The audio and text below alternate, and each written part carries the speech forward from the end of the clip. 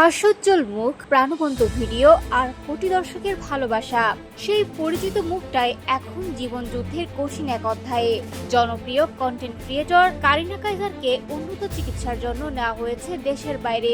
সোমবার রাত 11টার দিকে একটি জেট এয়ার অ্যাম্বুলেন্সে করে ঢাকার হযরত শাহজালাল আন্তর্জাতিক বিমানবন্দর থেকে ভারতের চেন্নাইয়ের উদ্দেশ্যে রওনা দেন তিনি। কারিনার সঙ্গে রয়েছেন তার মা লোপা কাইসার এবং দুই ভাই মোস্তফা এস হামিদ ও সাদাত হামিদ। জানা গেছে সম্ভাব্য লিভার ডোনার হিসেবেও প্রস্তুত রয়েছেন তার ভাইয়েরা।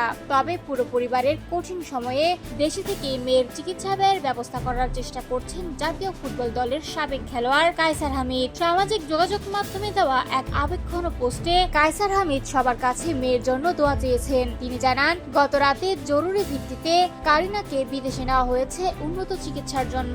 এর আগে গত শনিবার কারিনার শারীরিক অবস্থার অবনতির খবর প্রকাশ করেন ডানা ভাই খ্যাত কন্টেন্ট ক্রিয়েটর কামরুন নাহার ডানা। তিনি জানান, চিকিৎসকদের মতে কারিনার শরীরে হেপাটাইটিস এ এবং ই শনাক্ত হয়েছে। সেখান থেকেই মারাত্মকভাবে ক্ষতিগ্রস্ত হয়েছে তার লিভার। এক পর্যায়ে তাকে আইসিইউতে নেওয়া হয় এবং পরে লাইফ সাপোর্টে রাখা হয়। জানা গেছে, গত এক সপ্তাহ ধরে জ্বরে ভুগছিলেন কারিনা। হঠাৎ করেই অচেতন হয়ে পড়লে দ্রুত তাকে রাজধানীর এভার কেয়ার হাসপাতালে ভর্তি করা হয়।